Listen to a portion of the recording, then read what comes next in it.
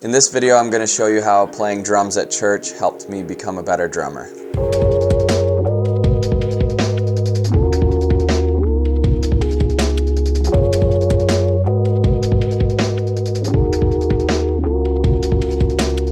What's going on, guys? Today I wanted to talk about how church has helped me become a better drummer. And if I'm honest, church actually made me a drummer in the first place. So first of all, I was in school band from 5th grade through 8th grade. I knew a little bit, could kind of read music from that. Towards the middle of my 8th grade year, the youth drummer at our youth group at church started teaching me some drums, some beats here and there. Every week we would meet. We'd watch a lot of videos on drummerworld.com. Anybody remember that? That was like before YouTube days. So basically he was training me to become the next youth drummer. So long story short, I made the youth band. I played all through high school, a little bit after high school, and then I joined the Sunday morning team. Hey Kev. How's it going? Oh, it's quite hot, actually. Really? Bummer. Yeah, it really is. Just basically played for every service possible. For the past few years, I've been kind of taking a little bit of a break from playing at church, but I do play every now and then. One of the first things that I can think of how church has helped me become a better drummer is actually playing with people.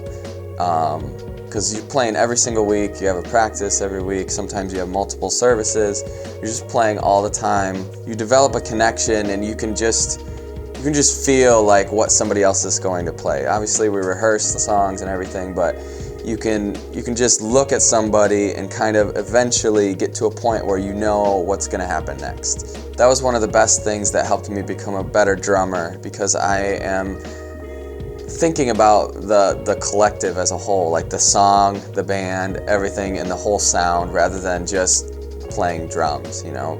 I'm thinking about how my drum parts fit in with the guitar, or you know, the intensity and dynamics of what I'm doing.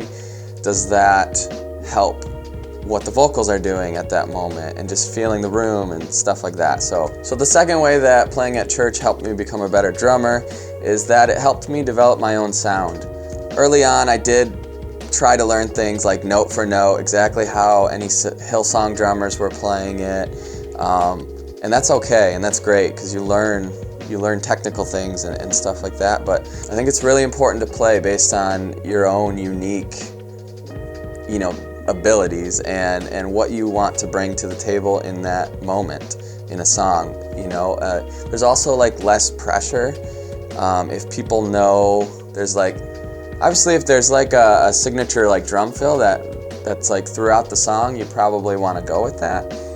But if it's like, if there's something in the song that's like most people don't even know about it, but you know about it, you know, it can take away some pressure to not actually have to do that. And you just do something that feels right to you. I just think it's a lot more meaningful when you're making the choices on the drums. The third thing that really helped me become a better drummer from playing at church is I actually learned how to play with a metronome at church. That's huge, and we were all learning together as we were, you know, in high school and young. And I think one of the best tips I can give you if you're just trying to learn a metronome is don't just play to a metronome that has the quarter note pulse only, or even has quarter notes and eighth notes. We actually had the quarter note pulse going in our metronome, and then we had a 16th note shaker always going.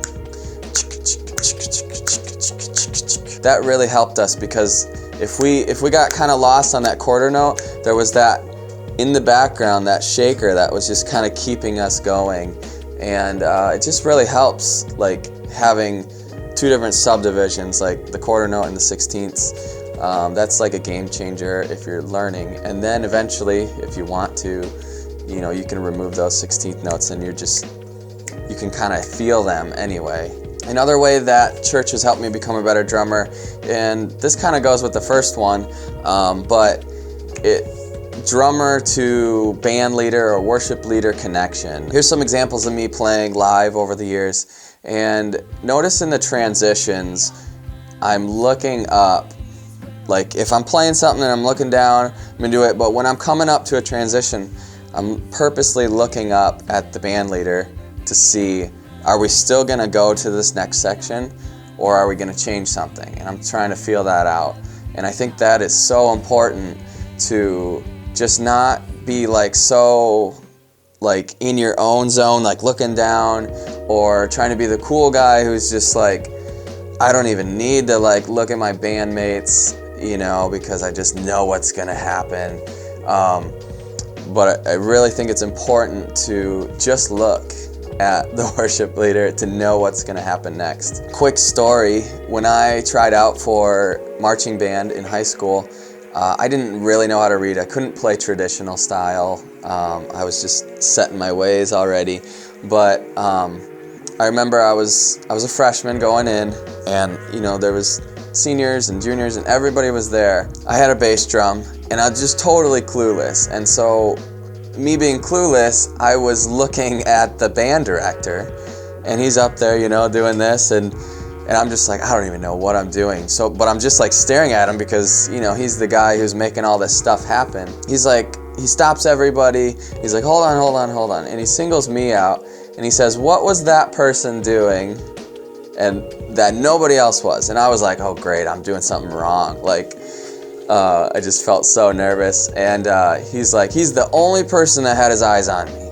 And ever since then, that really has set in. Because if you're looking at the band leader, or maybe you're the band leader, and people need to look at you, that is such a huge thing, because that directs the way the song is going to go.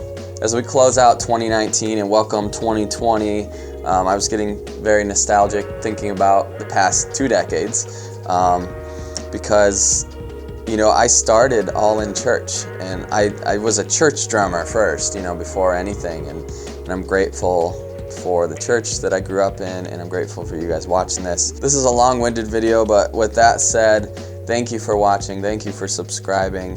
Here's to 2020. I hope you have a happy new year, and I'll see you next week.